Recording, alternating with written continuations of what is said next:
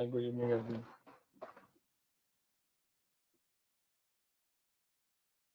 Hello, am I audible?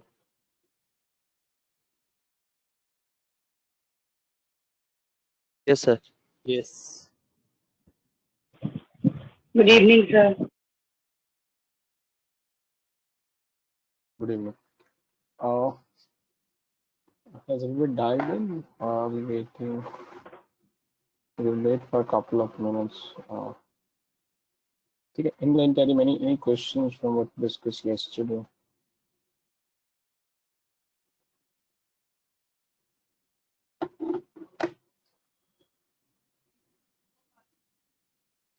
Any questions? No question, sir.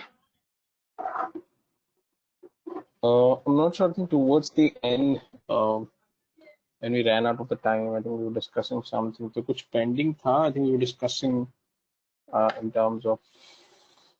I'm not sure. I think towards the end, I said that I will continue with this tomorrow. Was it this batch? Towards the end, कुछ था which I need to carry forward into this session. Hi, sir. You discussed. We discussed commercial banking and corporate banking yesterday, and there were four type of banks left, which comes under investment banks. That was the slide. Yes, this one. Yeah. Okay. Okay. So last time, any questions before I kick off? So one question. Sir, the treasury of corporate banks.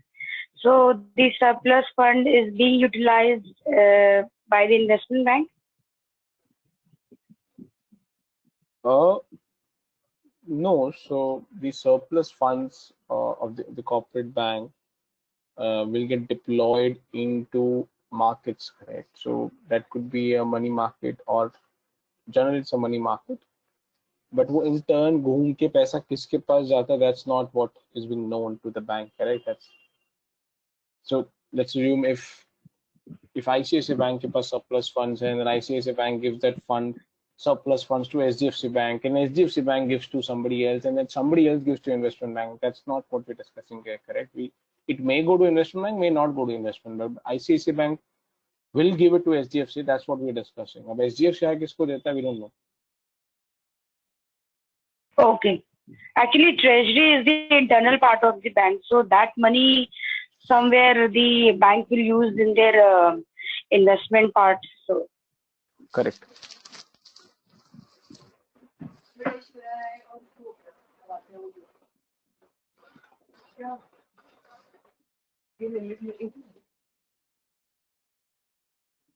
Anything else? Any other question? Good evening, sir. Yeah, that's it. Yes, sir. In trade finance, can you explain me the role of like LOUs and bank guarantee? So जैसे कल हमने discuss किया था, जो letter of credit का example हमने discuss किया था. Similarly is the letter of undertaking or the bank guarantees work. The difference is in a bank guarantee model. So in a letter of credit, the bank promises to pay as long as you deliver the goods and you produce the documents. In a bank guarantee, the bank says the buyer will pay. In case the buyer default, then the bank will pay. So that's the difference between the letter of credit and the bank guarantee. In the letter of credit, the primary responsibility is for the bank to pay. In a bank guarantee, the bank is guaranteeing that if there's a default, they will pay. So that's the difference between bank guarantee and letter of credit. So basically, sir, in case of letter of credit, can't we use a letter of undertaking? हाँ, तो there's no, आप इनको किसी भी name से बोल लो, but in terms of the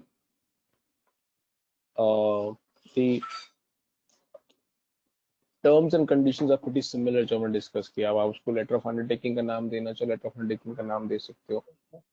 The difference between the letter of undertaking and the letter of credit is letter of credit comes with the credit exposure to the client. Letter of undertaking does not come with the credit exposure. So in that, it will be backed by some collateral or some asset, which will take away the credit exposure outside the transaction. That's the way these are being structured. So letter of credit, the by word say credit, the bank is giving the customer a credit. Letter of undertaking, the bank is only giving an undertaking, yes we will pay, but we will pay मतलब customer ने already उसके FD रखवा दिया होगा पहले से, उसके behalf पे बैंक पे कर देगा. Okay, sir. Sir, I'm not sure if it is relatable. Just want your opinion, sir. Nirav Modi वाला जो केस था वो इसी से related था ना, LOC वाला? LOU. LOU बैंक गारंटी ऐसा था. Yeah, Hello that's Nishan right. sir. Hello Nishan sir. Yes, I. Sir, can you repeat treasury finance for me very briefly? I understand some points of it, but some are missing. So can you please explain me? क्या piece missing है बोलो? Treasury finance में हमने बोला था कि inter bank lending होती है जब the transaction amount of transaction is so big that one bank cannot even fulfill it. तो बस इतना ही है. हाँ, so it takes care of both shortage and the surplus. तो दोनों साइड पे हो सकता है. ठीक. Yeah, hi. My question is, in the event that a bank falls short of funds to repay a deposit and has to borrow a sum of money from another bank, is it the treasury function within the bank that manages that transaction? Yes. All right. Thanks.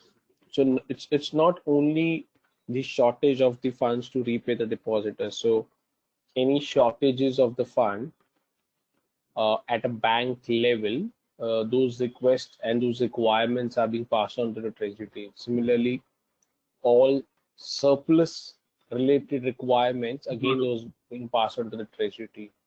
So all interbank borrowing is handled through the treasury division, right? That's right.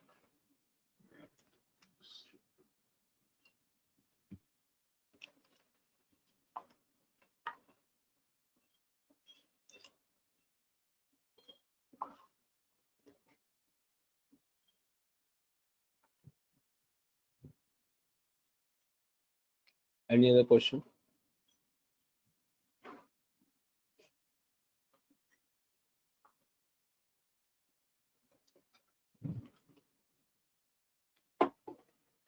Okay. So we start off with investment bank. So yesterday we discussed what is equity shares, correct? Now what is fruit market? For that matter, what is vegetable market? So food market is a market where the fruits are being bought and sold. Similarly, vegetable markets where vegetables are being bought and sold. Similarly, equity markets, the market where equity shares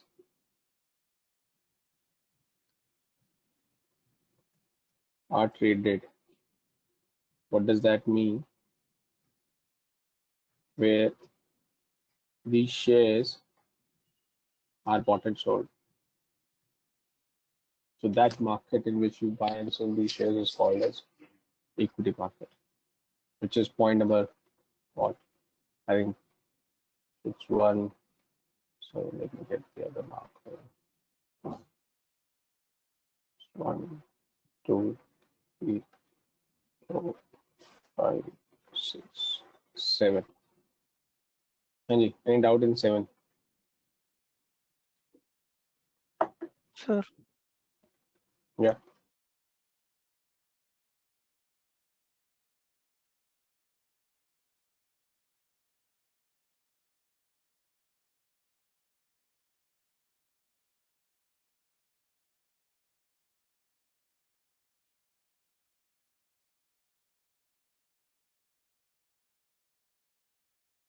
Sorry, somebody is asking something.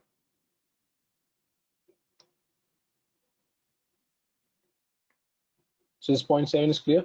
When you say equity market, we are referring to that section or that market where these equity shares are being bought and sold.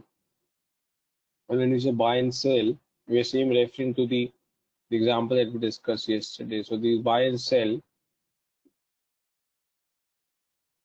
this buy and sell can happen through IPO or can happen through stock market.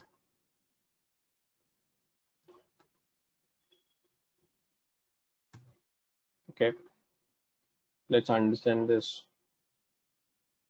What is IPO? It's an initial public offer.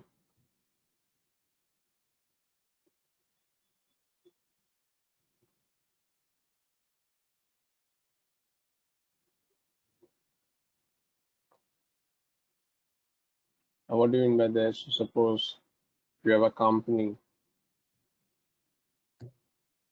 company for the first time,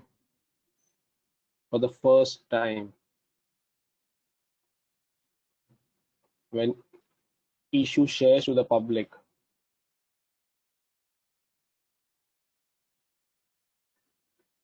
So these are the shares that are being issued by the company to the public, and of course, public in return gives money or funds. So this process is called as IPO. The important thing this is the company is doing this for the first time.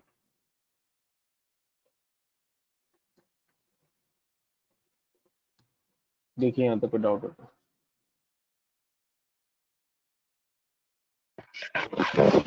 He said, what is that important thing is first time? I didn't get this point.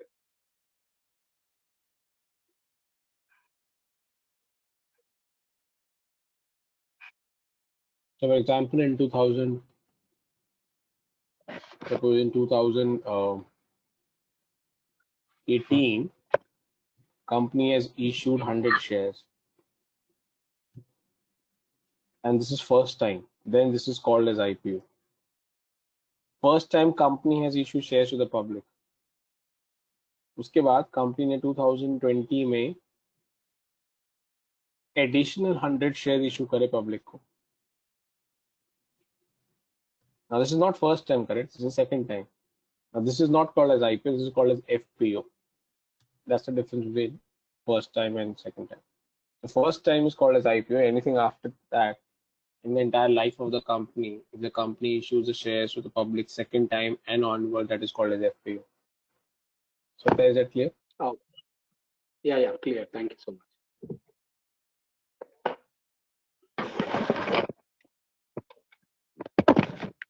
Full form of FPO? Follow-up public offer. Yesterday they were told.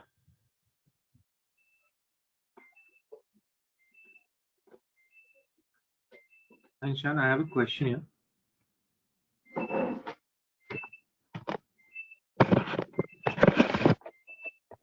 Yeah, good. Yeah, my question is that when unlisted companies get listed, is IPO the only route for them to raise money from the public for the first time?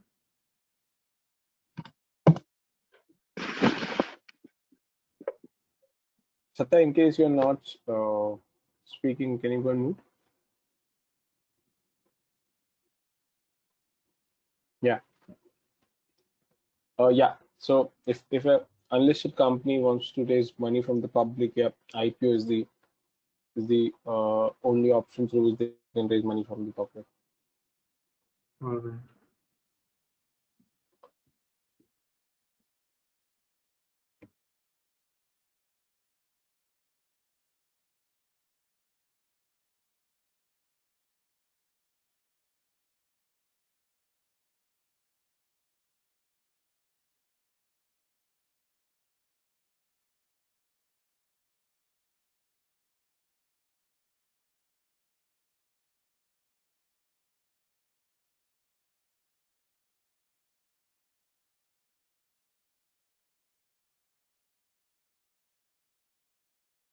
Now,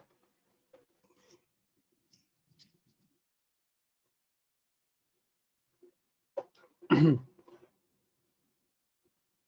this company has issued shares to the public, so there's let's put a number to this. Let's assume this public has purchased a share at 100 rupees.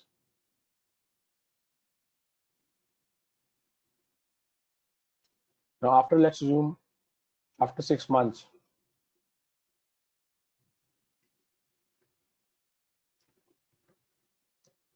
if this investor, when we're saying investor, we're referring to the same public, wants to sell the shares, is that possible? Yes. Can they sell the share back to the company?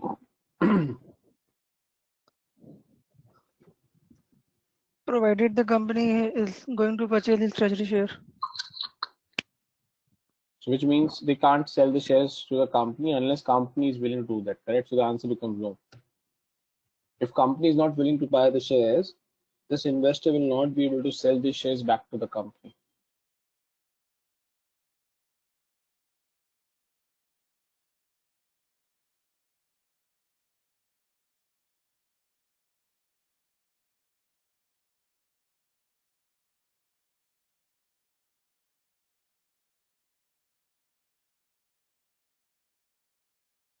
Is this clear? It is. Now, so where this investor can sell the shares? This investor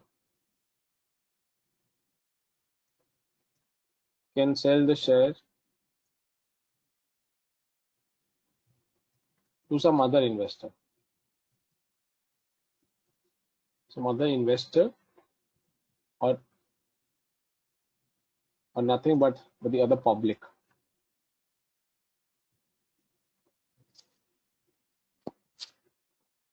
Now the question is, let's assume I am the company और मैंने let's assume साहिल को shares issue करे. अब साहिल को वो shares let's assume Akshay को बेचने हैं.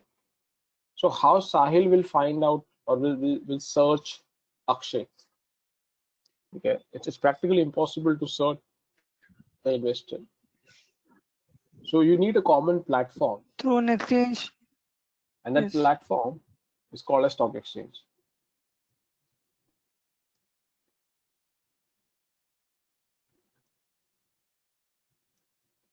So what will happen?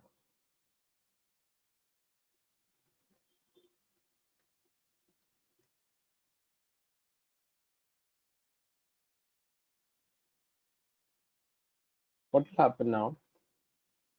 This investor who has already purchased the share from the company, this investor goes on this stock exchange and places a request to sell the share. So he places an order to sell the shares. Guys, please, any doubt, please ask me at that point of time. Feel free. Is the red arrow clear? Similarly, so let's assume this public in this case, as I said, is Sahil. Take care this company, so suppose me, Nishant, and let's assume यहाँ पे Aditya है. Okay, so Aditya is now the buyer. So the Aditya comes on the stock exchange and puts a request to buy.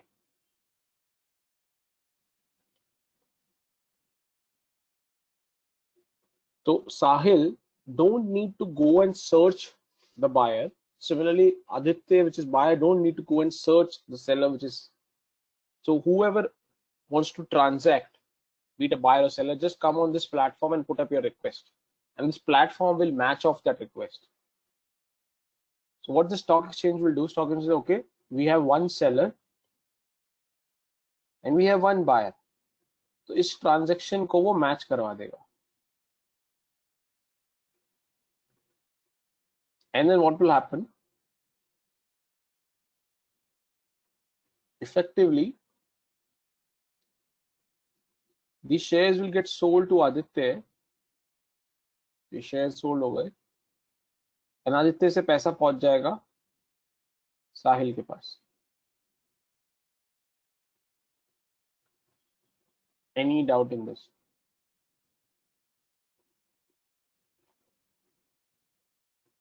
Nishant, by stating stock exchange here, we are referring to equity markets. Is that right? In this example, yeah, because I've Okay. taken the example of an equity instrument. So in this example, yeah, but stock exchange always does not mean we are referring to equity market stock exchange. It could be commodities as well, or for that matter, any other product as well. But in this example, yeah, it's equity.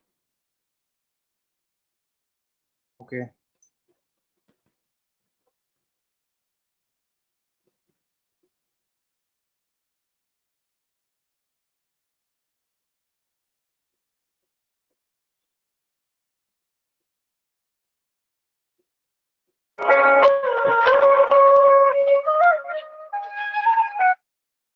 Satya, please be on mute.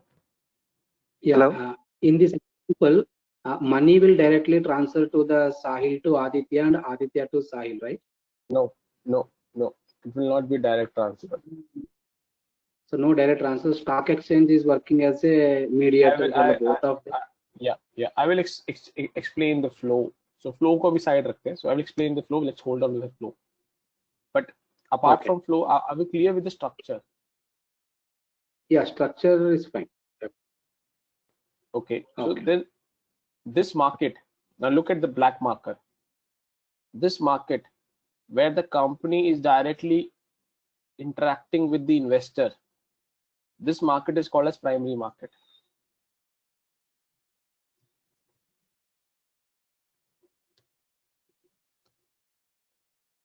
And look for the red marker. The market where one investor is interacting with the other investor is called as secondary market.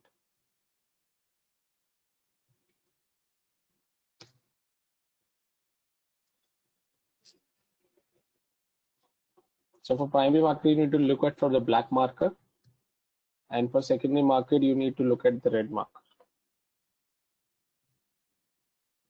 Any doubt?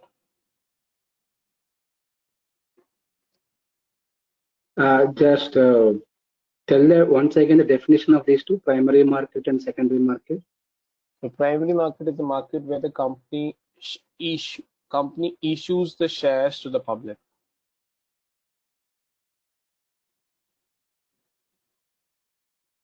And secondary market is the market where the shares are being traded between the public and the investor. The company is not involved.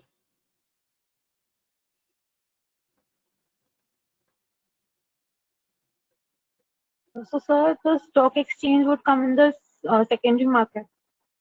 Yeah, that's right.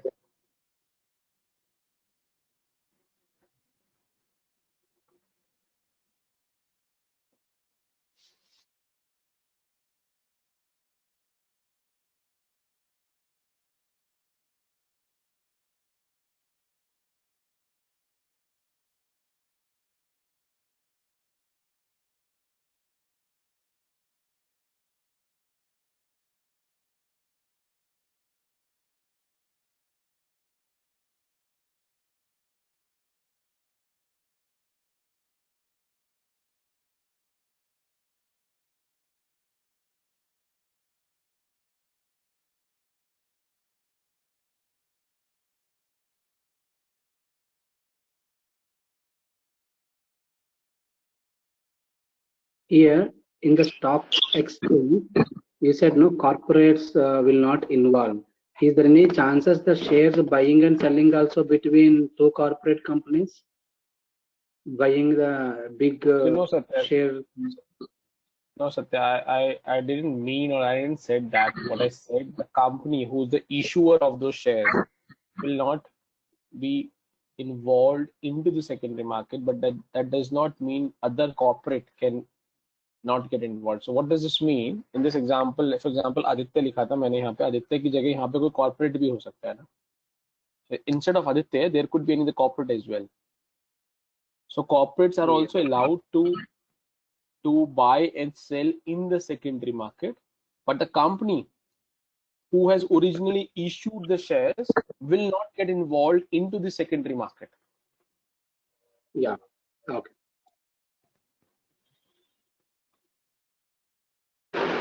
Sir, I have a question.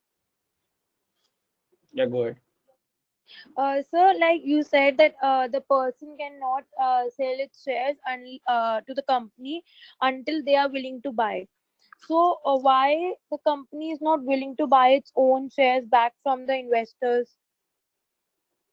Because if company has to buy those shares, company has to give back the money, correct? And the objective of selling those shares at the inception is that company needs money for their business. But after some time, if the investor wants to sell those shares, then also the company won't buy back the shares. They can, but if they buy back, they have to liquidate the investment into their business, correct? They've already invested. So, for example, if today I have taken 1,000 rupees from you and I've given you shares, Hmm. I've invested those 1,000 rupees into my business. I've purchased machinery. Hmm. So, if after 2 years you come back and say, please give my money and take your shares, I have to sell that machinery to give your money, correct? Hmm. But if I do that, how would I run my business? So there is no there is no minimum time period after which the investor can sell its shares to the company. Yes, and that's what we come to this important point that equity shares, point number one, does not have any maturity, does not have any fixed maturity.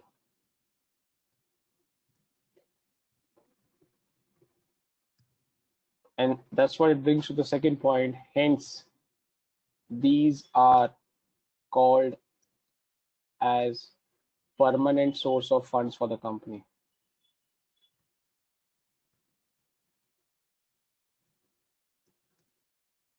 So I have a doubt. Yeah. So you said in primary market, the company which has issued the share, it cannot involve itself. So from where then, so if they need to buy their treasury stock for, so in which market they can operate? Sorry? You said that in primary market, the company that has issued the securities cannot trade. So Hmm. if they if they We're need not to buy talking their about, stock, correct. We're not talking about the buyback scenario. We're talking about the issuance of the share. So, for example, if but if this, in case of treasury, so they can't purchase it from the secondary market. so Sahib, we're not talking about the buyback situation. Okay. So, for example, in 2020, if this company wants to issue additional 100 shares in FPO, they will issue in primary market or they will issue in secondary market. In primary. That's Primary. what I, that's what we're discussing. That the company will always issue the shares in the primary market. They will not get involved or they will not go and issue those shares in the secondary market. If they have to do a buyback, of course, they will go to secondary market and buy back those shares. So even a rights Understood. issue in the primary market. Yeah. I will explain you the flow of the secondary market. I think that this question that we have parked off, which is let's say in green. Let's wait for a couple of minutes, and when I will explain that flow of the transaction in more detail in terms of secondary market, and then I think this query will get addressed. So let's hold on for this couple of minutes before I go into this. Hello. Yeah. Yeah. Sir, when we are talking about equities, then private equities do have the same model or they are different from this? As of now, we're talking about public equity. We're not talking about private equity as of now. Private equity is very far different model vis-a-vis what we're discussing. Okay, sir.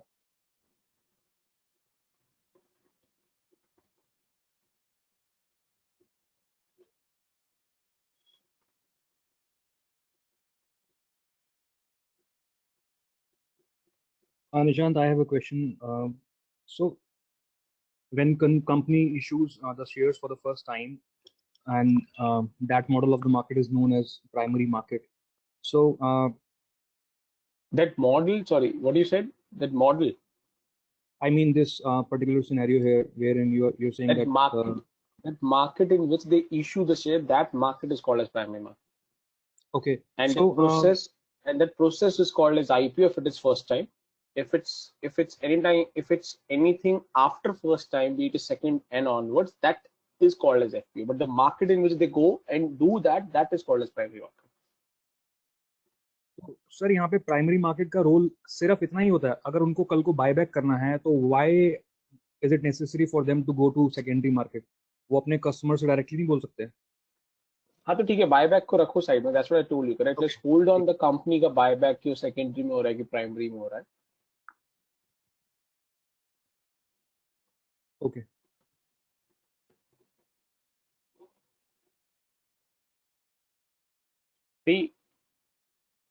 The other thing that you need to understand that if company wants to raise funds, which market helps this? This is primary market, correct? Which helps this?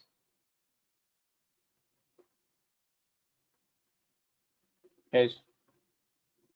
Correct, yeah.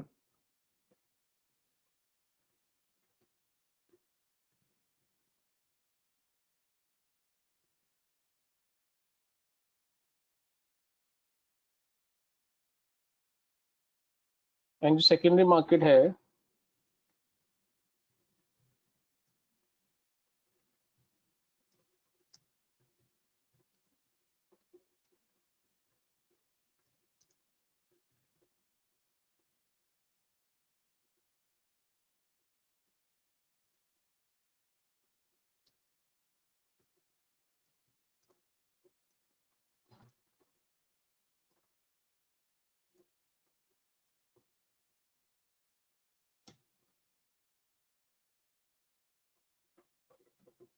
look at the red text.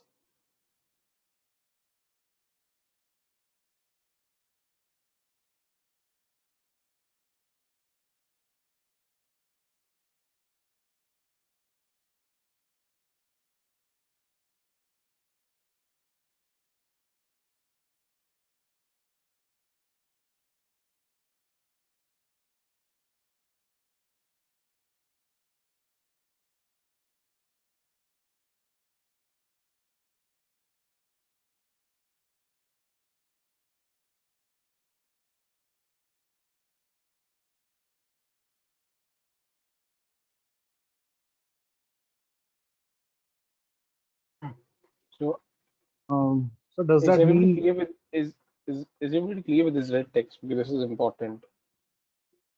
The secondary market, sorry Bhavesh, before I take your question. So secondary market does not help the company to raise funds. It's a primary market which helps the company to raise funds. The role of the secondary market is only to provide an exit gate. Because just try to understand, if I remove the red marker, the market which is being circled with the red marker, if I remove that, then what does this mean? The exit gate for Sahil in this example will go off. So that's why the secondary market provides an exit gate for somebody who has entered into the primary market. Yes, Bhavesh, go ahead. I think so partially my question has been answered, but does this red line means a person who or an investor who has entered the secondary market can exit through secondary market itself? So Of course. Okay. Of course. And also the same again, the secondary market again then in turn provides an exit who has entered the secondary market as well.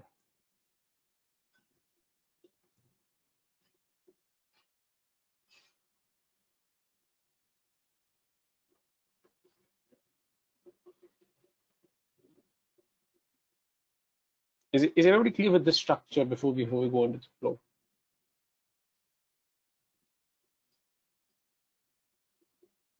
Guys.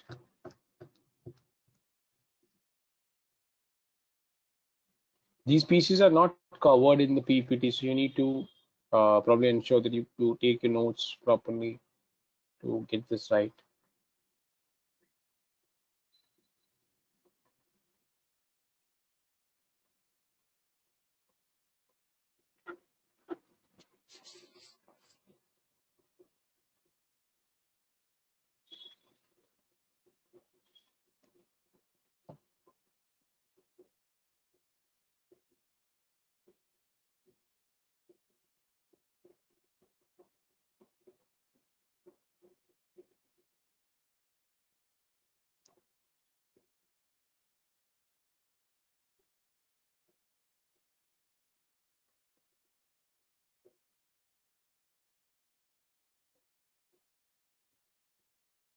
Just one more question, sir.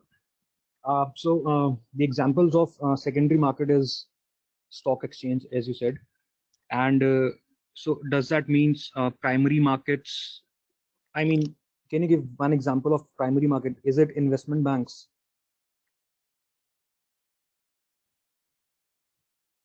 There's no investment bank that I've yet introduced in this discussion so far.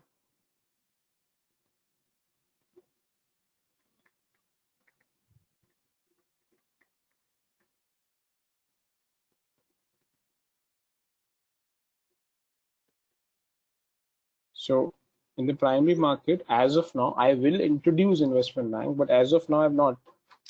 So so far, the two players who are not the players, the two participants who are involved into the primary market, which is company in this case, which is issuer, and second in this case is the public, which is the investor. So I've not introduced any third participant as of now. Sir वो वैसे ही बस mind में आ रहा था कि primary market के examples क्या हो सकते हैं, so that's why. That's okay, thank you. Sorry, when you say examples, kya ho sakta hai? I'm still not clear on the question. In terms of example, what does the example mean? I mean, what is the platform like?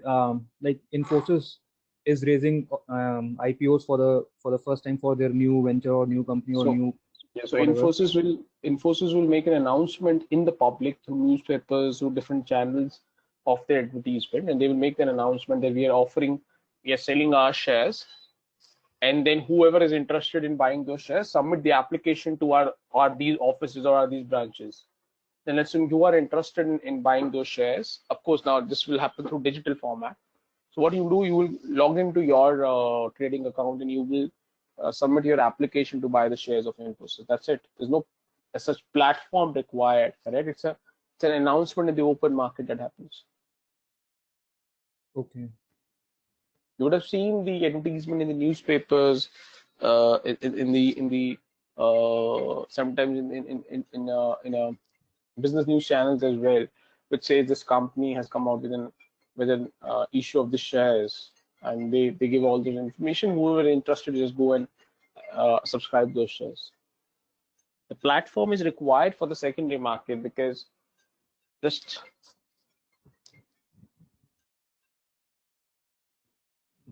platform is required for the secondary market because if you have purchased those shares, now you can't go and make an advertisement in the market saying I want to sell the shares, because if you are holding 20 shares, making an advertisement cost, the cost of making an advertisement will be much higher than the investment amount. So you need, or you means somebody who is entered into primary market as an investor would need a platform, not the company.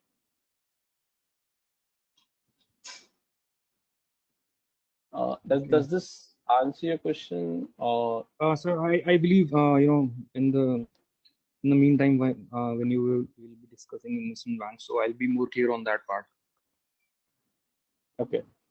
So far it is okay. Yeah, it's good to go, sir. Okay. Any other doubt questions so far?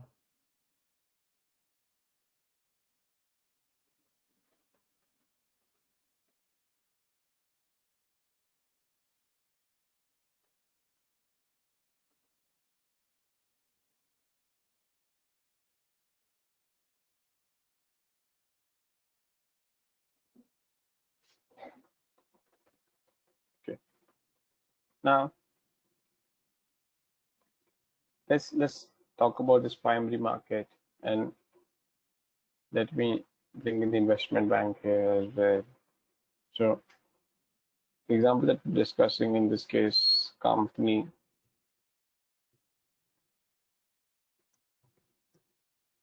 is also called as issuer.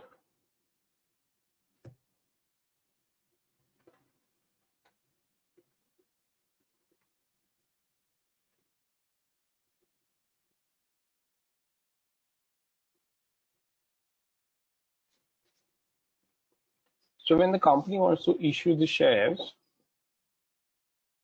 what they do, they generally approach an investment banker.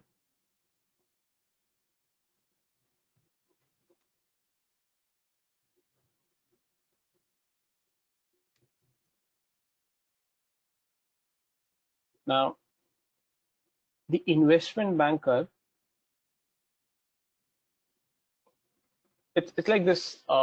Suppose you want to host a corporate event, a corporate party. Your company wants to host a corporate party. For example, you want to host a party for yourself. So suppose it's a marriage occasion or a birthday party, whatever. Now, there are two ways to do this. One, you contact decorator, you contact the probably the banquet people, you contact the caterer, you contact, so different depending upon whatever you want into that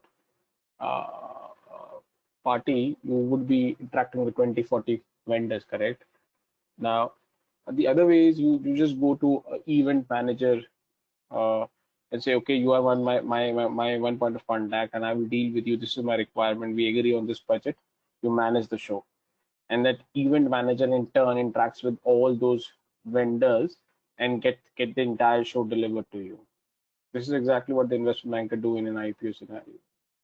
There are a lot of requirements and lot of compliances that needs to be done.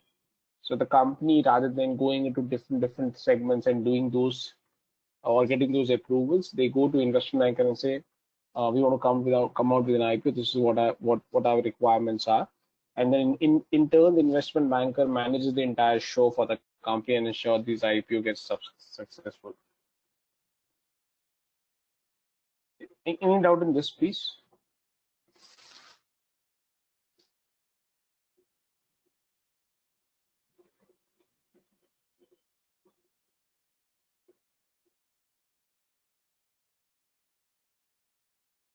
Okay. So what are some of the activities that investment banker do? Is first the listing. Now, what do you mean by listing? So if you go back to the previous example, in this case, this investor then goes and puts a request on the stock exchange to buy, and this buyer puts a request on this stock exchange to buy, and this request is sell. The stock exchange will not accept this request of this company unless this company has registered themselves on the stock exchange. For example, if I want to put up a request for a cab, unless I register myself on an Uber app, I will not be able to book a request. I will not be able to request for a cab booking, correct? Similarly, a company who wants unke shares, their shares are being bought and sold on the stock exchange platform, they need to go once. They need to do one-time registration on that stock exchange. That registration is called as listing. Any doubt in this piece? So can you please repeat it?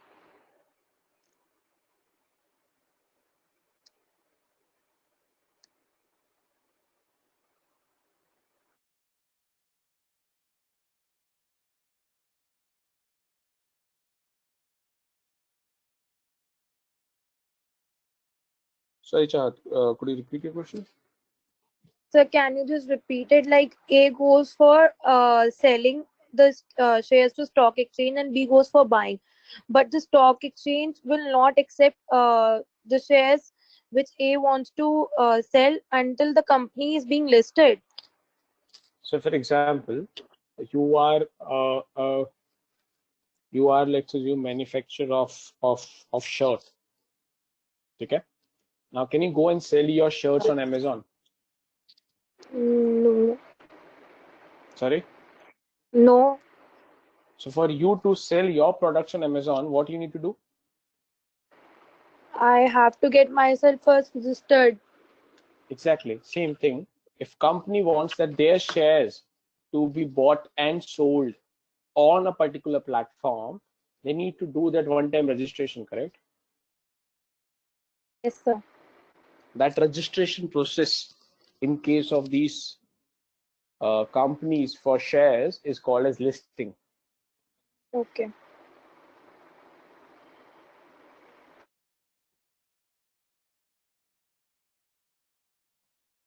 And this is one of the services that's been handled by us in terms of, suppose a client wants to issue their shares, it requires listing, which is a very cumbersome process because you need to do a lot of you need to comply with a lot of requirements defined by the stock exchange.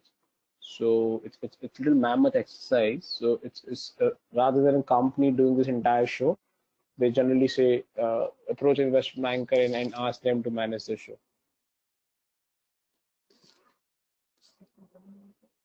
Is this clear? And that's what brings it to the next point. What do you mean by public company?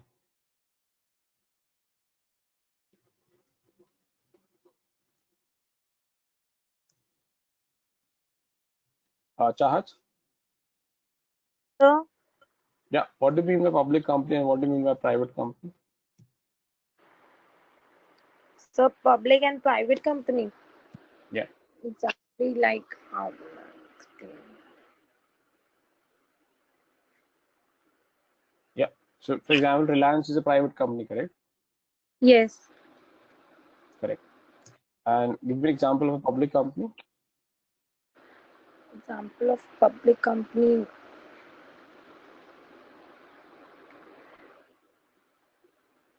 Public company Procter is and not Gamble. PNG. PNG is a public company. Yeah. Okay. Okay. Uh, anybody else? Yeah, hi Nishan. Uh, Yeah, Mitch. yeah, for a public company, for whose shares can be traded freely on any stock exchange, just like Reliance and Tata, this call at public company. And if I opened a company, for example, I'm a private her limited किसी company. Company के share trade हो सकते हैं ना stock exchange पे with that logic every company becomes a public company.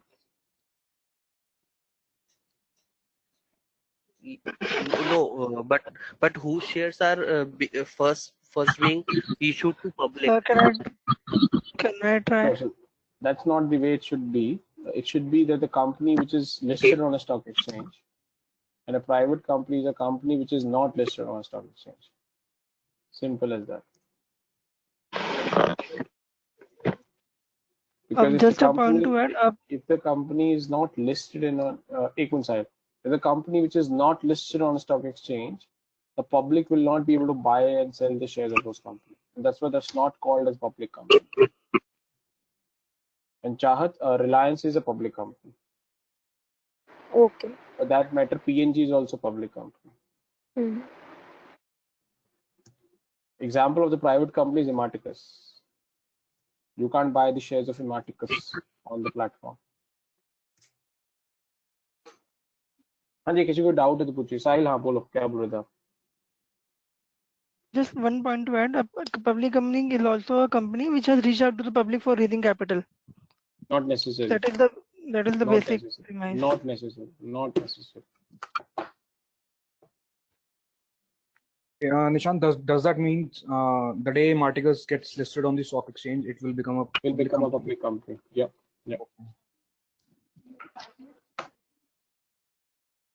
yeah that's right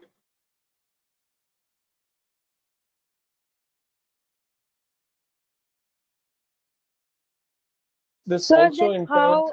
sorry, Chahat, hold on. So this in turn also means that today the Reliance is a listed company. If in future Reliance decide to deregister themselves from the stock exchange, Reliance will become from public back to the private company. That's called a delisting. You're removing your registration. And then the moment you remove your registration, you become again from a public to private.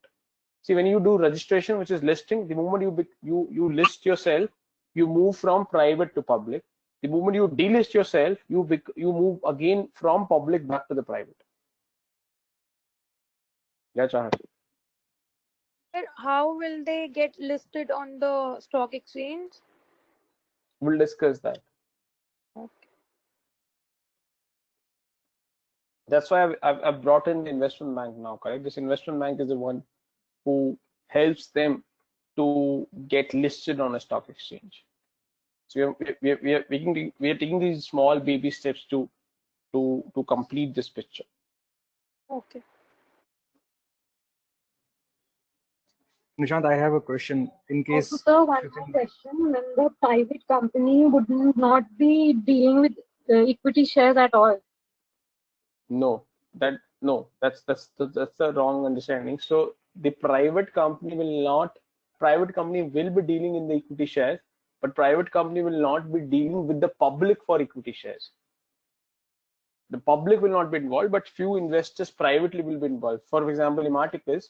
Do you believe that Ematicus will not have equity shares? Ematicus has equity shares, and those equity shares are not being issued to the public, correct? It are being issued to a limited set of private investors. Okay.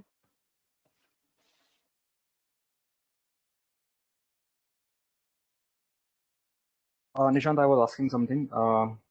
So if you think this is the right time to answer that, please answer, or else if you think that will be answered later on, you can please answer later on. So what will happen to the shares which are already distributed in the to the public in case company goes off the stock exchange? So because So if the yeah, company please. decides to go off the stock exchange, then company has to come out and has to mandatory do the buyback, Okay.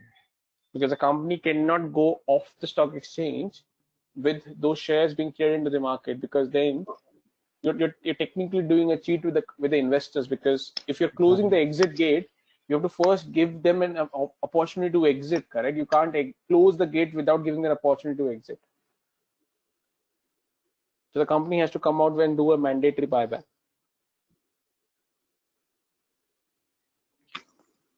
Hello. Sorry, Bhavesh, does it answer the question? But sir, there is again one more question. I'm sorry for that. Go ahead. So अब sir उसमें I don't know about mandatory buyback. If I am a owner of 0.001% shares of Reliance, let's suppose, and I don't want to sell my shares, so उस case में buyback कैसे होगा? हाँ, तो आपका choice है ना, आपको नहीं बेचना मत बेचो, बट कंपनी ने तो आपको ऑफर दे दिया ना. Okay, so if you don't want to sell, you want to hold those shares, you can hold those shares. That's your call. So nobody will stop you from or nobody will force you.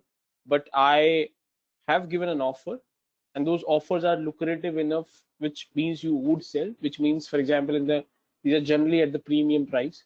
So, for example, just to put numbers on this, so suppose if the market, the stock is trading at 100 rupees in the market, and the company decides to come out with a buyback, the buyback would be, let's assume, around 115 or 120. So you're getting a straightforward 15% or 20% positive return. So why would you say no? Let's take a step forward. So let's assume you say no, I don't want to sell even at this high price. It's perfectly fine. You can sell those shares in future whenever you decide, back to the company, but you will not be able to sell those shares on the platform. You have to go back to the company. Okay, all right. Until then, till in the interim, you will continue to be as a shareholder of the company, and you will continue to receive all those benefits which shareholders will receive, if any. Okay, sir. So that means if a company goes off the stock exchange and they deregister themselves, in that case, me as an investor, I don't want to de-invest from the company. So in future, I'll not be able to sell those shares through stock exchange. And if in case I want to sell those shares, I have to go directly to the company. That's right. Okay, sir. Thank you. Because you will not be able to sell off the stock exchange because the name of the company is being removed from the stock exchange. What does Exactly. that mean? That means the system or the software or the electronic platform of that stock exchange will not recognize the name of the company. Hence, you will not be able to submit your request. Okay. It's like this. For example, today, Samsung is one of the registered seller on Amazon, correct? And that's why the Samsung is able to sell, and you are able to buy Samsung mobile phones. Let's assume tomorrow, because of some reason, Samsung decides to deregister themselves from Amazon. So जैसे वो deregister होगा, Samsung will not be able to put their products on the platform, and you will not be able to sell. वो हट जाएगा ना वहाँ से, product ही नहीं दिखेगा आपको, नाम ही नहीं आएगा Samsung का. Right. Yeah. Same thing will happen on a stock exchange platform. Okay, sir. Thanks. Okay, welcome. Yeah, Isha, go ahead. Yeah. Sir, I just want to know, like, do company need any particular percentage of shares to become public company? I think you have chosen wrong words, but I think I got your question. I think there's no minimum shares at company. I think you said, does the company need any percentage Yeah, of the shares? like any It's not the percentage, it's a percentage network. percentage of shares from public side. It's not a percentage, it's a net worth. So for example, they are eligibility criteria, so you need to fulfill those eligibility criteria first to list yourself. That's the first piece, because if you don't list yourself, you will not be able to come out in the primary market. So listing is one of the prerequisite of an IPO. So for example, you want to list yourself on NSE. NSE, the National Stock Exchange, is one of the stock exchange in Indian markets. So if you want to list yourself on that platform, on that stock exchange, the stock exchange will have 20 requirements. If you fulfill all those 20 requirements, then you get eligible, and they will register you. That's the first step. Second, now you want to issue the shares. Now, of course, depending upon the size of your company, depending upon which sector you belong, depending upon do you hold any exemptions from the regulator, there are protocols that's been defined what number of shares minimum you should offer. So you can't come out with an IPO saying I want to offer 2 shares, and it practically doesn't make sense, because for 2 shares, the kind of a cost that you will incur for issuing 2 shares will not justify this transaction. Okay. Thank you, sir.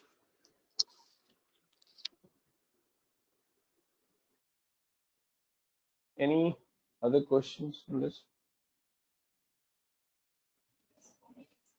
So are we clear with private company and the public company? So don't most of the students are under the impression the public company means a company which is owned by the government, or with the 50% is held, 50% of the shares, or more than 50% is held by the government. ऐसा कुछ नहीं है. Public company simply means a company which is listed on a stock exchange. For that matter, Tata is also a public company. And private company simply means a company which is not listed on a stock exchange. It has nothing to do with the stake of the government. I repeat, it has nothing to do with the stake of the government. A company which does not have even a 1% stake of the government but listed on a stock exchange is still called as public company. Please कहीं पे note कर लीजिए bold में. There's most of the time this is the wrong answer is been given when somebody asks you what's public company, what's private company. Sir, can you please repeat this again? Let me write this thing. Before you repeat, Nishan, my question is, in cases where companies who are registered on the stock exchange but haven't yet come out with an IPO, those companies would also qualify as public companies, right? That's right. And that's the reason when Sahil earlier mentioned that the public company means the company who has issued shares to the public, I said no. Because there are companies who have registered themselves on a stock exchange, which means they have listed themselves on the stock exchange, but they're yet to come out with an offer. Right, exactly. But they still continue to be called as public companies. But it's just that they're called as public company, but yet the shares are not being offered to the public. Exactly. Right, thanks.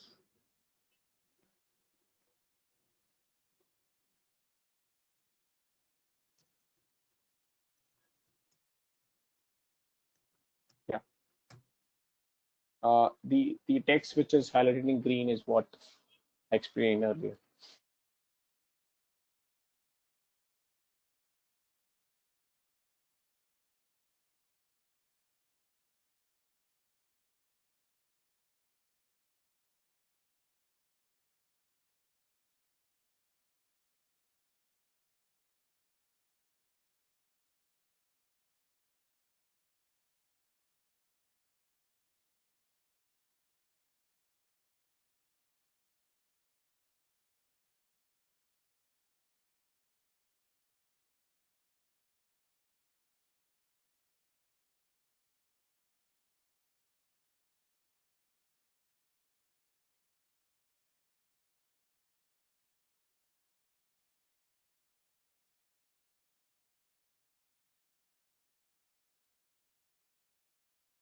So please go ahead. Understood the points.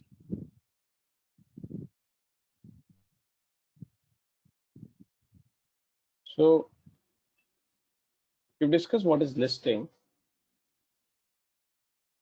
and that's the reason why you have this equity market and the investment bank.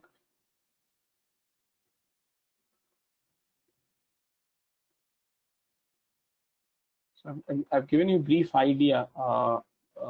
We do a lot of other things as well, but we'll discuss this as we go forward. For example, we do underwriting as well, we do book building as well, we do valuation as well, and so on. So a hell lot of stuff. But the purpose of giving you flavor out of this is that this is the reason why you will see equity markets under investment bank, because investment bank also gets involved into this market.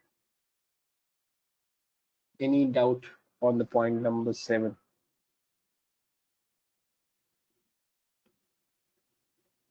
I've explained you what is equity market. I explained you that equity market has two parts. One is primary market and one is secondary market. And what I've explained to you in the primary market, the investment banks are involved because they do a lot of activities where one of those important activities is listed.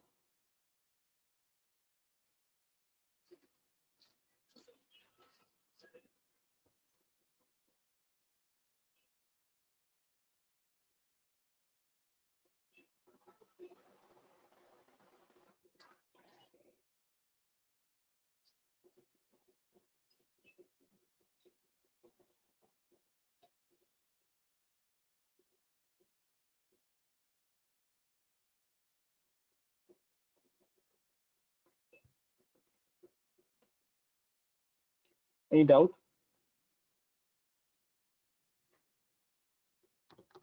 No doubt, That's sir. clear. Next is the research. So, for example, um, mm, any suppose any global investor comes to the investment bank and say, I have $1 million to invest. Can you let me know where should I invest? And then equity, then the investment banker do go out and do a research. What are the good markets or the economies? What are good sectors or what are the good companies to invest? And then they give recommendation to the global investor that according to their research analysis, these are some of the companies where you should invest. That is called as research. It is also called as equity research. But this is that portion or the service that investment banker gives to the investor is nothing but they're trying to do research and finding out which are the good investments, and that is what is being referred here as research. Any doubt? So that becomes the point number 8.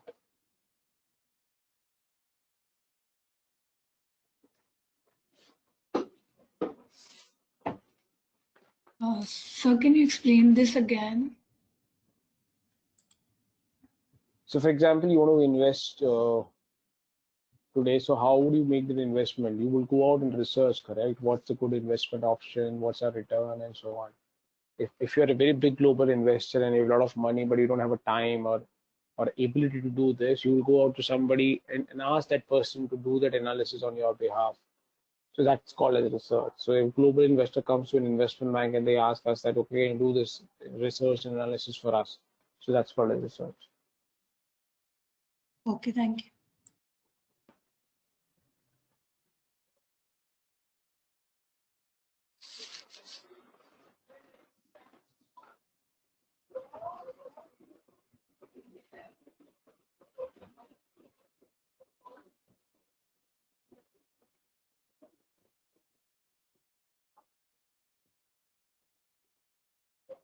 Okay.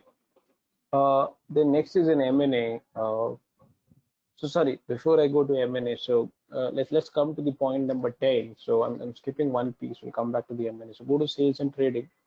So now when I do a research and I go and recommend, let's assume based on my research, I've analyzed and I'm of the view that you should invest into Reliance. It's just for the sake of discussion, correct? You should invest in Reliance. That's my analysis. If I go and give that recommendation to you or that idea to you, and you get convinced and you decide to go ahead and invest into Reliance, that's called as sales. Because when अपना idea आपको sell किया, I'm selling my idea to you, and you are convinced you bought that idea. That's what on the point number 10.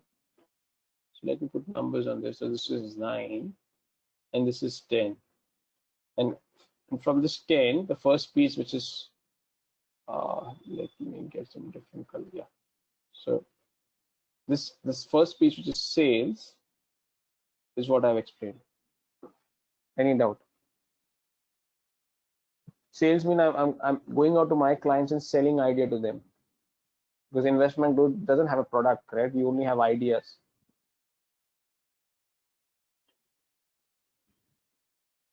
Any doubt?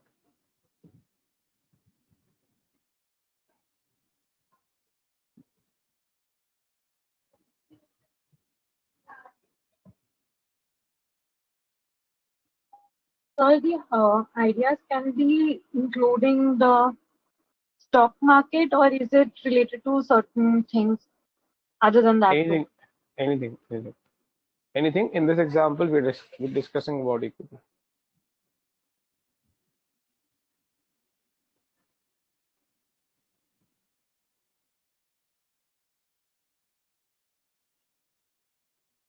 It could be anything, correct? So suppose if you come and tell me you're happy to, let's say you're a global investor, you say I'm happy to invest into gold, I'm happy to invest into currency, into derivatives. So it's okay, I will do research for those segments as well, not necessarily equity, correct? Yeah, okay.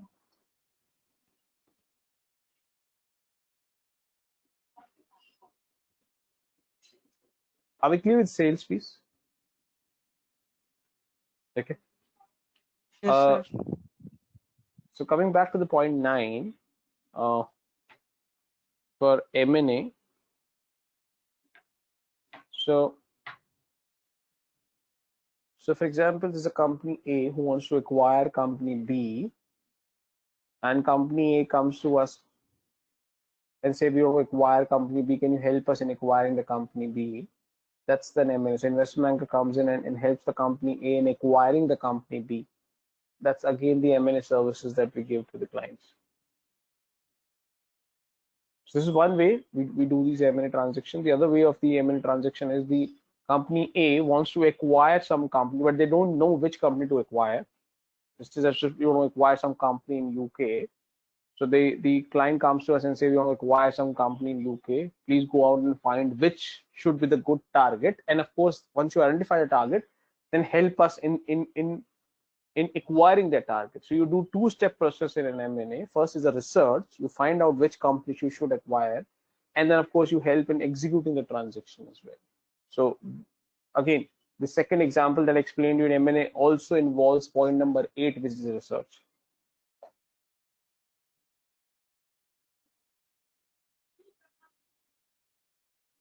Any doubt? Sir, I have a doubt. Yeah.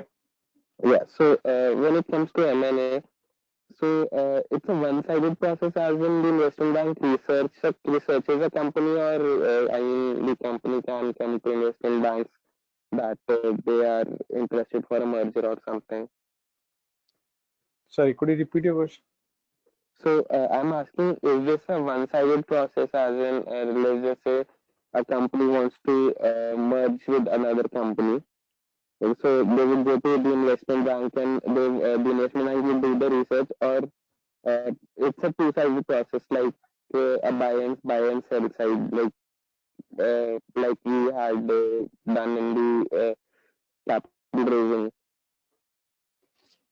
Sorry, Madhu, your voice is not very clear, and but I can't hear you very clearly.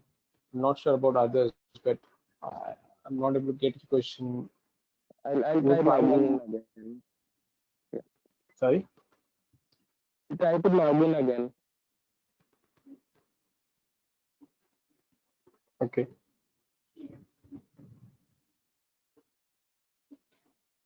Okay. So any doubt on this? So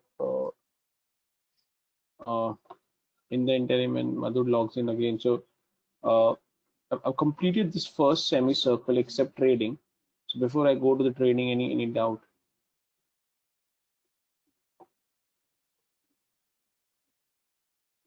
All good, sir. Please carry on.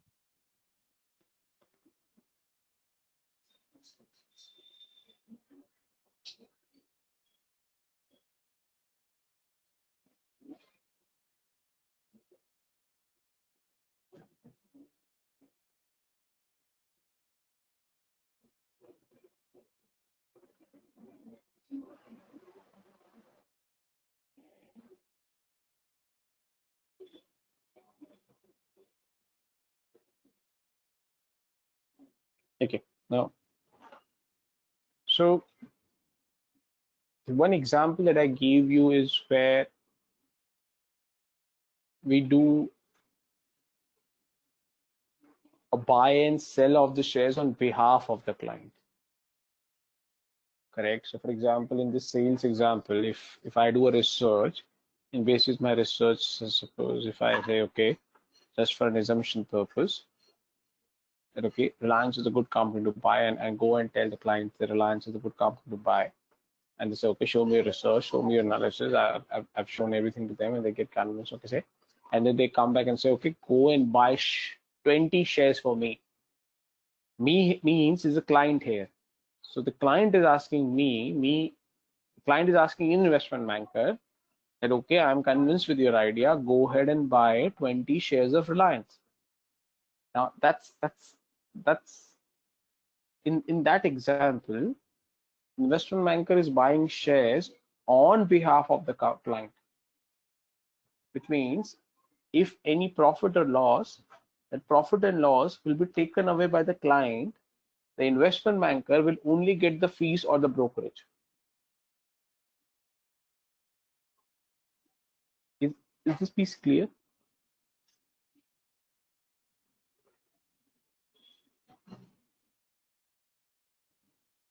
Any doubt? Okay. Then second part is trading. Let's assume the investment banker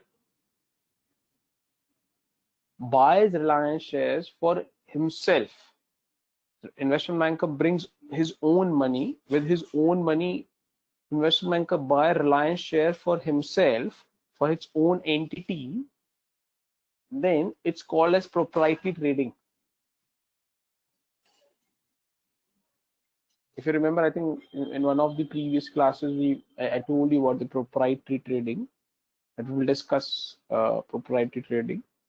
So this is those proprietary trading. And the point number 10, when it says trading, this is what we are referring to, where the investment banker buy and sell those shares on their own behalf rather than on behalf of the client. And when they do this, they don't receive brokerage or fees. They will receive the profit and the loss because they are the owner of the security now. So any doubt on the first semicircle? I'm done with the first semicircle.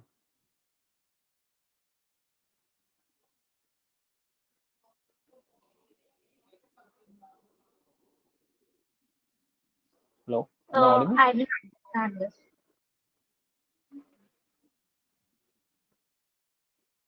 Yeah, go ahead.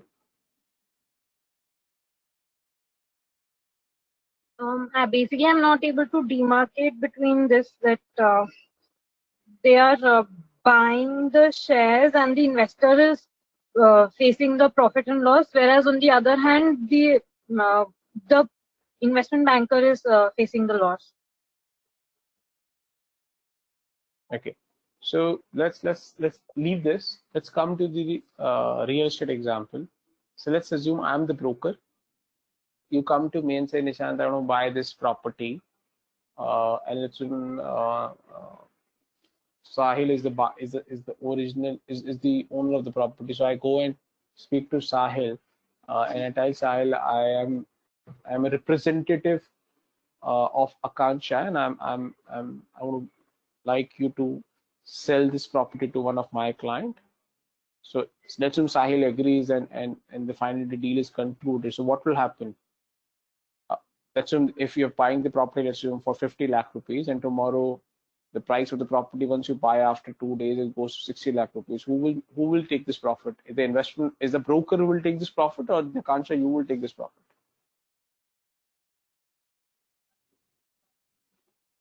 I will say If the price goes to 40 lakh, who will take this loss? Broker or you? broker. Broker क्यों लेगा loss? आपने property purchase किया 50 लाख का. Once you purchase the property of 50 lakh rupees, after 2 days the price of the property goes to 40 lakh rupees. So broker will bear this 10 lakh loss. Oh, sorry, no, not the broker, me. So in both cases means whether it go from 50 lakh to goes to 60 or from 50 it goes to 40, be it a profit or loss, you will bear the loss or profit, correct?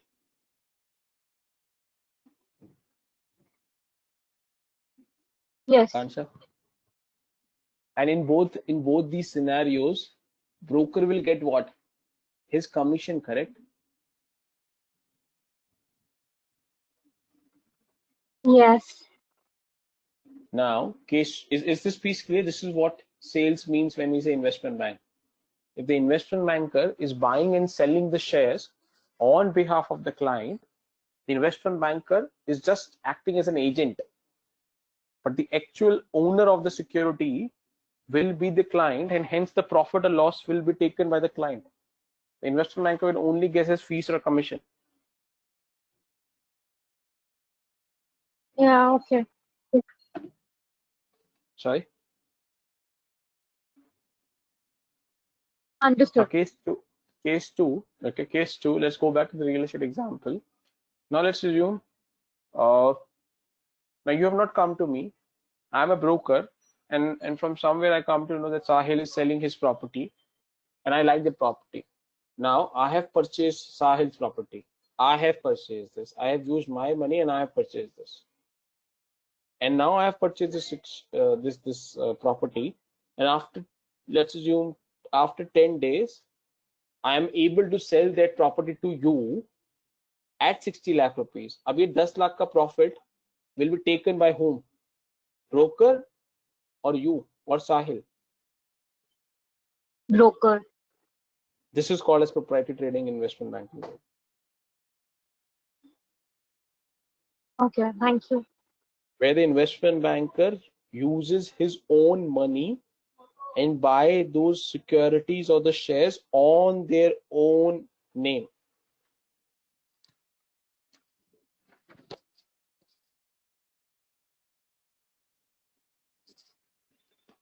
Kansha, is that clear? Yes, sir. Okay.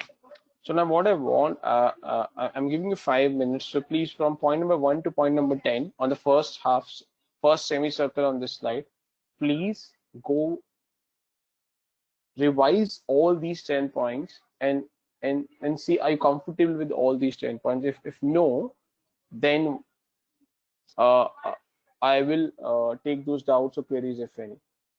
So I'm giving you 5 minutes. Please ensure you get these 10 points very clear so that you're 100% convinced on this. Okay.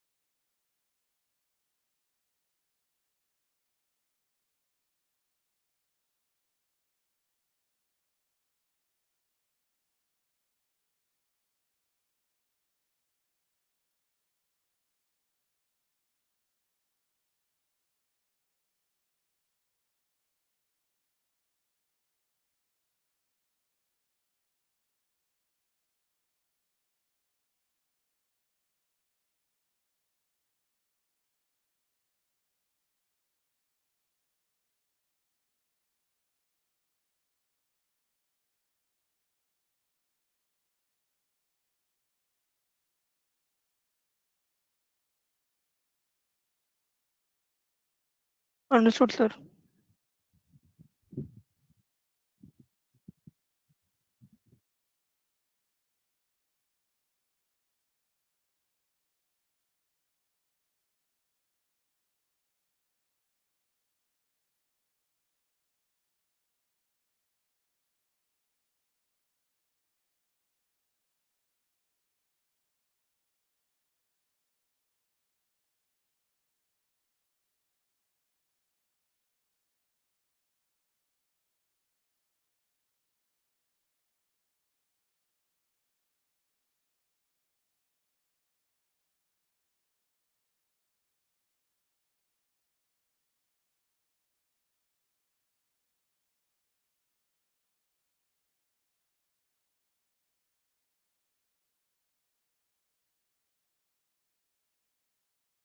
Anji,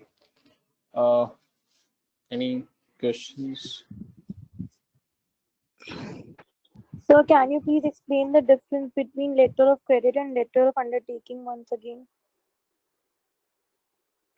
So letter of credit is, I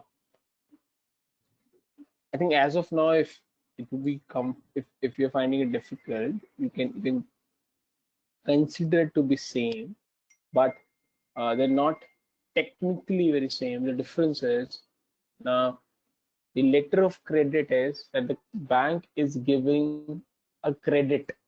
So what does this mean? So suppose if you are the buyer, so let's suppose I am the Indian manufacturer, you are a buyer based out of US.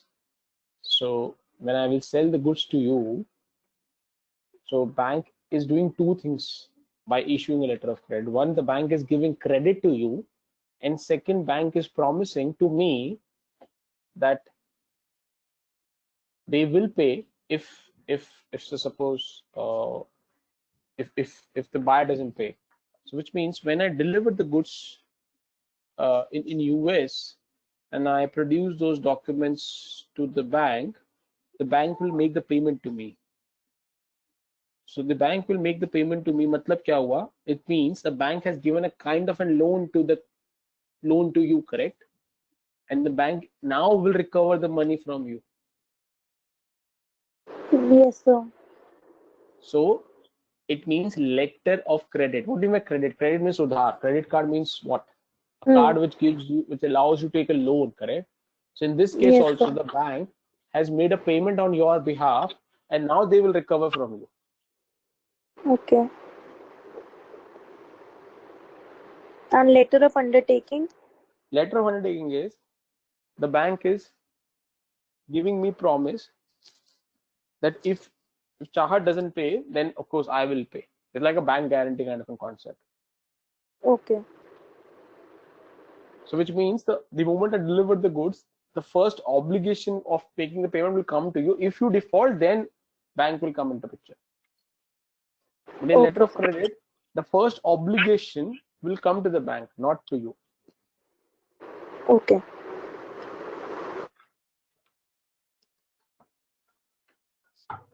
अब इसके different there are different forms of LOUs and LCs. उसमें मैं नहीं जा रहा हूँ, but मैंने broadly जो सबसे vanilla types होती है वो बताई आपको. Okay, sir. Any other doubt in the first semicircle of this slide? 1 to 10, any doubt?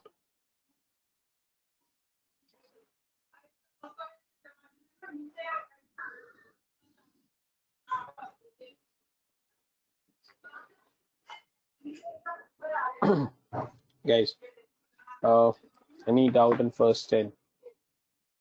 And again, it has to be a 3-step process. So please.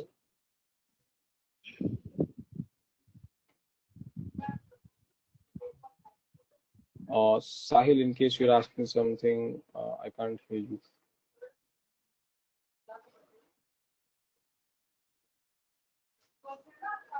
Last time, any doubt in first 10?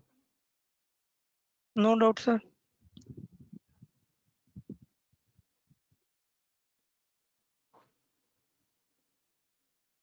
Okay. Okay. Now, coming to the smaller circle, smaller semicircle on this slide. So we'll start with, so suppose this is 11, private equity. Now, I give an example of Imaticus. So Imaticus is not a listed company, which means they've not raised equity from the public, but that does not mean they don't have equity. They have equity, but that money is being raised from selected set of private investors, and that's called as private equity. So what is private equity? When you raise equity funds, but not from the public, because you are still unlisted, you raise money from a selected set of investors, that is called as private equity. Nishant, a somewhat unorthodox question here. Would the kind of deals done on Shark Tank, the American TV show, would that classify as private equity? Most of them would fall into this category. All right. Thanks. Yeah. So, sir, I'm audible now? Yeah, Madhu, go ahead. Yeah, so, as you said, private equity is for company which is not listed. So, if a company is listed, it cannot go for private equity? They can, but it generally doesn't make from a strategy perspective, doesn't make too much of sense to go for a private equity when you are listed on a stock exchange, because private equity comes with more complications and more terms and condition, which generally becomes relatively difficult for the company to manage. And a public equity is a much more easier form of equity. So if you're listed on a stock exchange, you have two options: go for an easy capital, go for a complicated capital, or sorry, go for a much more difficult form of a capital. Of course, you would prefer to go for the easy source of capital, correct, which is public. Yeah. So to answer your question, theoretically you can go, but practically, generally that doesn't happen like that. Okay. Thank you. Any other doubt? Any other doubt in point 11?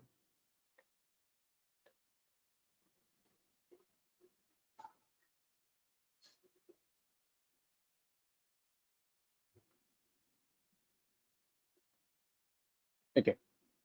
Now,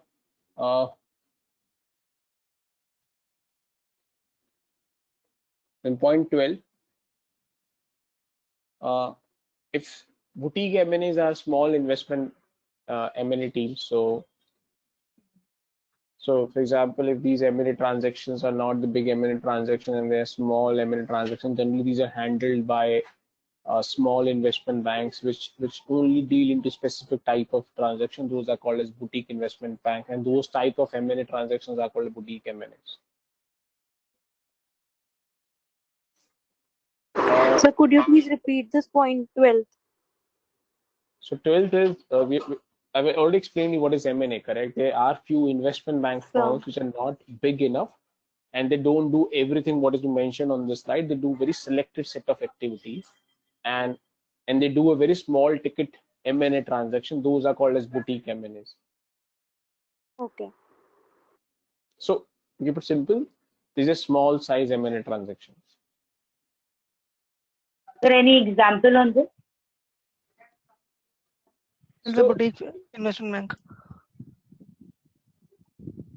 Oh, sorry. So I don't know when you say example in such, so there's no bifurcation as such what is boutique and what is not boutique. It's a relative context, correct? If I'm looking at a global investment bank and I'm comparing some other small investment bank, so between these two, the bigger investment bank, of course, is not a boutique firm, but a smaller one becomes a boutique firm. But I'm comparing the same boutique bank with a much smaller bank, then that's next smaller bank becomes a boutique investment bank, correct?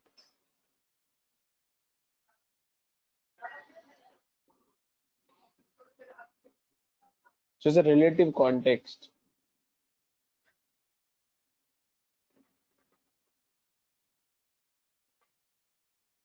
So rather than getting an example, because from an example, then we need to look at on what parameter we're classifying. It's net worth, it's amount investments, the size of the client. So to keep it simple for now, as of now, boutique M&A means small M&A transaction. Now again, the small is in itself a subjective.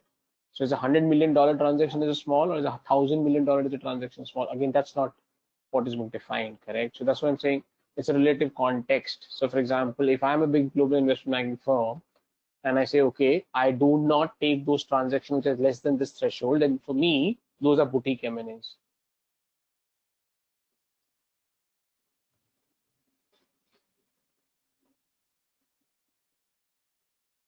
Is this clear? So one more example. So for example, if you want to open an account, you want to open a savings account, you go to SBI. So they will say, okay, give 1,000 rupees minimum balance, and this with the 1,000 rupees minimum balance, you'll be able to open an account in SBI. You go to Citibank, they say, okay, they need a 1 lakh minimum balance requirement, correct? So it's the same savings account, but the size of the transaction, the value proposition that each of these banks are putting in is a different ticket size transaction. That's what we're discussing here. Both are M&A. It's just the value of the transaction that changes. Okay.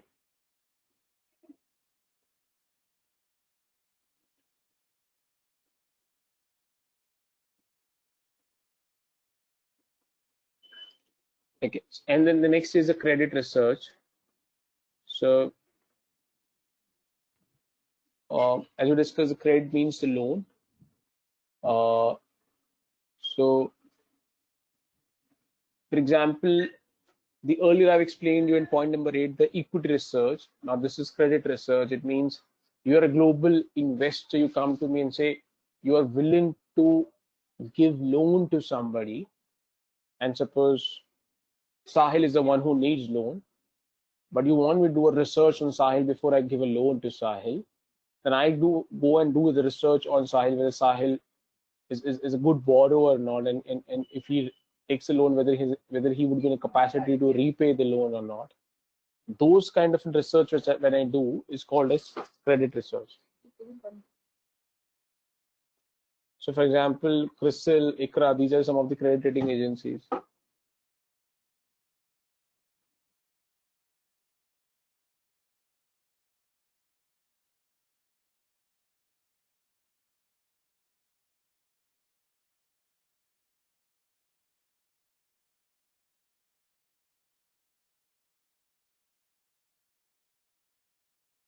Yes, is credit research clear?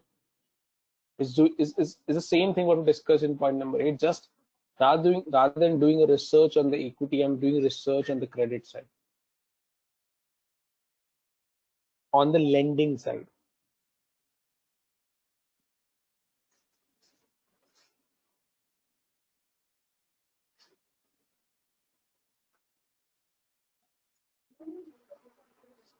Any doubt?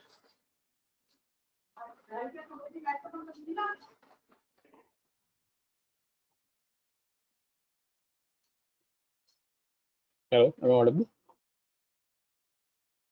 Yes, sir, you are audible, no doubt from my side.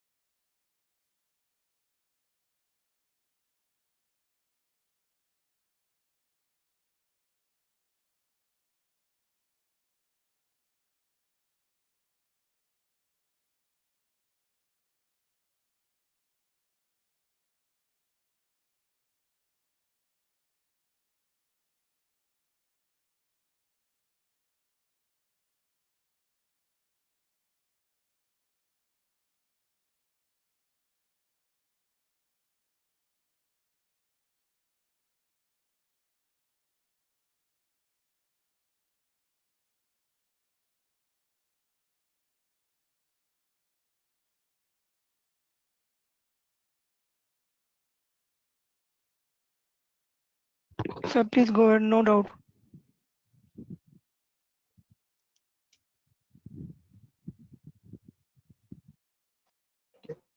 So the next is this. I will explain this brokerage houses. So under point number 10, what I explained you sales, correct? So which means you go and sell the idea to the client, and the client comes back and say, okay, I'm convinced, now buy these shares on my behalf.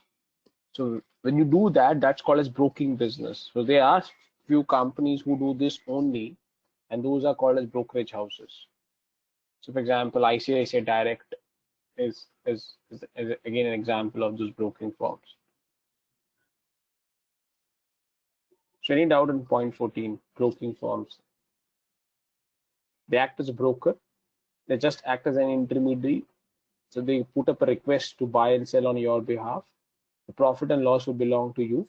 They will only get a brokerage or a commission.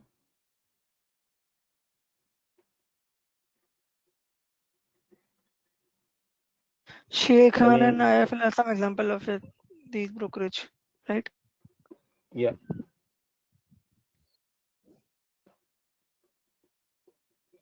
There's a question I have here, Nishant. From prior knowledge, I've heard from multiple people that brokerage houses are primarily responsible only for sell side research and not for the buy side one. If research is a part of the function at all, whatever part of the function that they research. Is that true? Yeah. But I actually have never quite understood why the buy side function isn't included within their responsibilities or functions. We'll discuss that. But before we discuss that, we also need to understand what is buy side and what is sell side, correct? So the buy side Right. and the sell side does not mean that I'm asking someone to buy the stock. So just hold on. I think in probably either on the next Saturday, otherwise not Saturday, Sunday definitely you will come to this topic of what's buy side and what's sell side, and then I think you will be able to understand when we say what is sell side and what is buy side, why we say this brokering firm generally typical deal into sell side research. All right. Thanks, Nishant. Yeah. Hello. Yeah, Aditya. Yes, sir. Like there is a brokerage house, there is also a clearing house. So, what's the difference between this? So clearinghouse helps in doing the clearing and the settlement, correct? So for example, जैसे शेर खान है, तो शेर खान को मैंने बोला कि please buy Reliance shares for me, and Sher Khan puts my request on a stock exchange. So that's what they're doing. After that, I still need to pay money, correct? And I need to get the shares. Now somebody will help me in that transaction as well. That's called as clearing agent. So for example, let's assume I have to, sorry, if I have to give you 1,000 rupees, and suppose I have an account in HDFC, you have an account in ICICI Bank, I have to give you 1,000 rupees. I issue a check to you. So what you will do with this check, you will go and put this check into your ICICI Bank account, correct? Okay. What will happen after this? ICICI Bank will give this, all these checks, in this example, this is only one check, will give this check to whom now? Do you think they will give this check to HDFC Bank? No. So what they will do with this check? Sir, can you please repeat once again? I have to give you 1,000 rupees, and I have an Okay. account with HDFC Bank. You have an account with ICICI Bank. Because I have to give you 1,000 rupees, I give you 1,000 rupees check from my HDFC account. What would you do now? So, I'll submit if I have an account in ICICI, I'll submit to that and ask for the Then clearing what of it. ICICI will do? Then what ICICI will do for? They will approach HDFC for that, like to clear this payment. No. Do you think that's the way it works? So you're saying, if let's think of scenario like this, in a particular day, ICICI Bank will receive 1,000 checks, and out of these 1,000 checks, these would be, let's assume, pertaining to 100 banks across India. So you're saying they will approach each bank separately? No, this is usually handled by the clearing department. Exactly. This is handling for clearing agent or a clearing department. Clearing house function, clearing department, or clearing agency. You can put a different names to it depending on the law of the country. But in India, these are called as clearing houses. What will happen? All these checks will be submitted to the clearing house, and the role of the clearing house is to flow the funds from HDFC Bank to an ICICI Bank. Similarly, equity markets में भी ऐसा होता है that once the transaction is being done by a broking firm, still the funds has to transfer and securities has to transfer. That is taken care by the clearing house. Okay, so basically they maintain the custody of accounts of the owners. Yeah. And so one more thing that you have explained about credit research, can you explain it once again? That you said about the global company which helps for the research part. So when you go to ICICI Bank and ask for a loan, ICICI Bank does ICICI Bank do any due diligence before giving you loan? Yes. So that's Basically, called as credit research for ICICI Bank, correct? okay. Same thing. If a global investor wants to take a loan, wants to give a loan to somebody, they will also expect a research on that person, correct? Before they give loan to that person. Yes. That's called as credit research. Okay. Okay. Guys, any other doubt before? Because I will hold on to this. So, AMC and advisory what we'll take in the next class. But before we close, any questions, any doubt on what we discussed so far?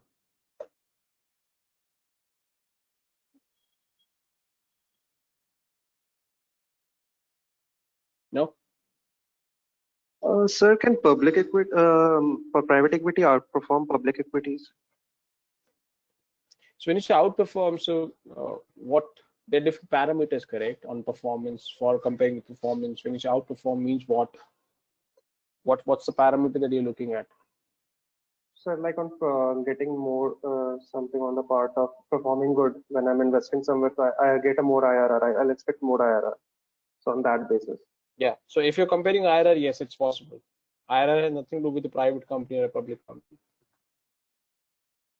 Okay. What the difference between the clearing agent and the brokerage houses? No issues. Clearing आगे आएगा. We'll do that. Okay. Somebody asked clearing, इसलिए मैंने बताया. Otherwise, clearing, depository, custodian, everything has been lined up. I think probably next weekend तक आ जाना चाहिए. Okay, sir. Okay. Sir wealth management services किस category में आएगा? Advisory companies. Okay.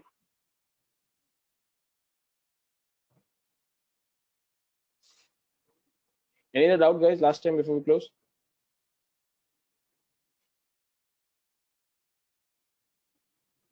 Okay. Okay. So please do revise the two pieces that's been left into the slide, which is AMC and advice. Will complete this in the next class and we'll take it forward from there. So yeah, in the interim, bye and take care.